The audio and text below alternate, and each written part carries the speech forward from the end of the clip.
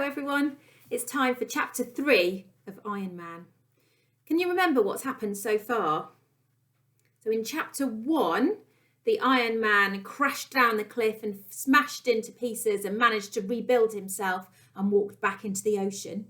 In chapter 2, the local farmers were really upset with the Iron Man because he was eating things like their barbed wire fences and chomping their tractors into, so he was eating all the metal, and they built a really deep trap and they managed to capture him in the trap, and then they buried him over with their bulldozers, and that's where we left it yesterday, if you remember that picture there. So we're on to chapter 3, what's to be done with the Iron Man. So the spring came round the following year. Leaves unfurled from the buds, daffodils speared up from the soil, and everywhere the grass shook new green points.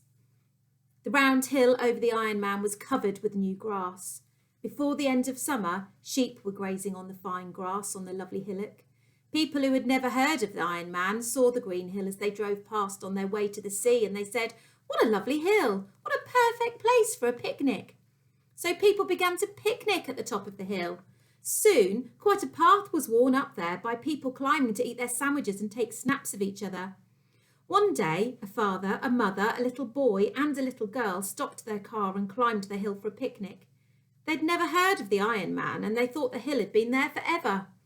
They spread a tablecloth on the grass. They set down the plate of sandwiches, a big pie, a roasted chicken, a bottle of milk, a bowl of tomatoes, a bag full of boiled eggs, a dish of butter and a loaf of bread with cheese and salt and cups. The father got his stove going to boil some water for tea, and they all lay back on rugs, munching food and waiting for the kettle to boil under the blue sky. Suddenly the father said, "That's funny." "What is it?" asked the mother. "I felt the ground shake," the father said. "Here, right beneath us." "Probably an earthquake in Japan," said the mother. "An earthquake in Japan?" cried the little boy. "How could that be?" So the father began to explain how an earthquake in a far distant country that shakes down buildings and empty lakes and sends a jolt right round the earth. People far away in other countries feel it as nothing more than a slight trembling of the ground. An earthquake that knocks a city flat in South America might do no more than shake a picture off a wall in Poland. But as the father was talking, the mother gave a little gasp, then a yelp. "The chicken!" she cried. "The cheese! The tomatoes!" Everybody sat up. The tablecloth was sagging in the middle.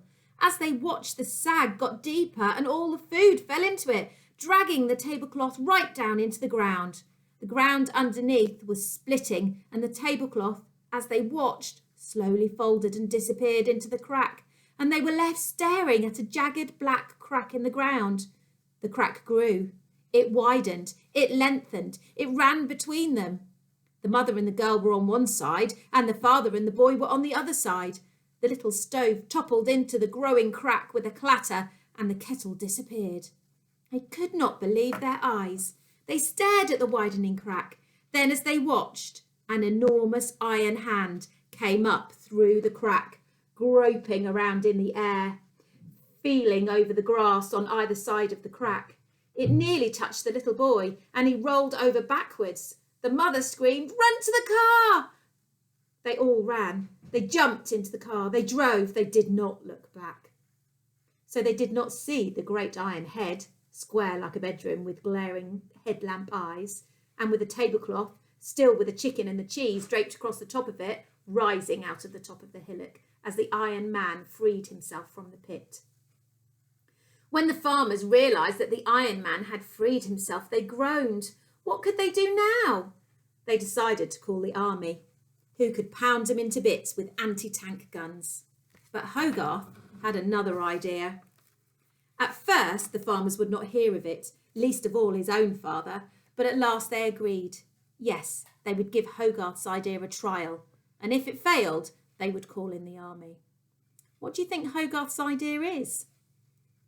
After spending a night and a day eating all the barbed wire for miles around, as well as hinges he tore off gates and the tin cans he found in the ditches and 3 new tractors and 2 cars and a lorry, the Iron Man was resting in a clump of elm trees. There he stood, leaning among the huge branches, almost hidden by the dense leaves, his eyes glowing a soft blue. The farmers came near, along a lane, in cars so that they could make a quick getaway if things went wrong. They stopped 50 yards from the clump of elm trees. He really was a monster. This was the first time most of them had had a good look at him. His chest was as big as a cattle truck. His arms were like cranes, and he was getting rusty, probably from eating all the old barbed wire. Now Hogarth walked up towards the Iron Man. "Hello," he shouted, and stopped. "Hello, Mr. Iron Man." The Iron Man made no move. His eyes did not change. Then Hogarth picked up a rusty old horseshoe and knocked it against a stone. Clonk, clonk, clonk. At once the Iron Man's eyes turned darker blue, then purple, then red, and finally white like car headlamps. It was the only sign he gave of having heard. "Mr. Iron Man," shouted Hogarth, "we've got all the iron you want, all the food you want, and you can have it for nothing if you'll only stop eating up the farms." The Iron Man stood up straight. Slowly he turned till he was looking directly at Hogarth. "We're sorry we trapped and buried you," shouted the little boy. "We promise we'll not deceive you again. Follow us and you can have all the metal you want. Brass too, aluminium too, and lots of old chrome. Follow us." The Iron Man pushed aside the boughs and came into the lane. Hogarth joined the farmers. Slowly they drove back down the lane, and slowly, with all his cogs humming, the Iron Man stepped after them. They led through the villages. Half the people came out to stare, half ran to shut themselves inside bedrooms and kitchens. Nobody could believe their eyes when they saw the Iron Man marching behind the farmers. At last they came to the town, and there was a great scrap metal yard. Everything was there. Old cars by the hundred, old trucks, old railway engines, old stoves, old refrigerators, old springs, bedsteads, bicycles, girders, gates, pans. All the scrap iron of the region was piled up there rusting. "There," cried Hogarth, "eat all you can." The Iron Man gazed and his eyes turned red. He kneeled down in the yard. He stretched out on one elbow. He picked up a greasy black stove and chewed it like a toffee. There were delicious crumbs of chrome on it.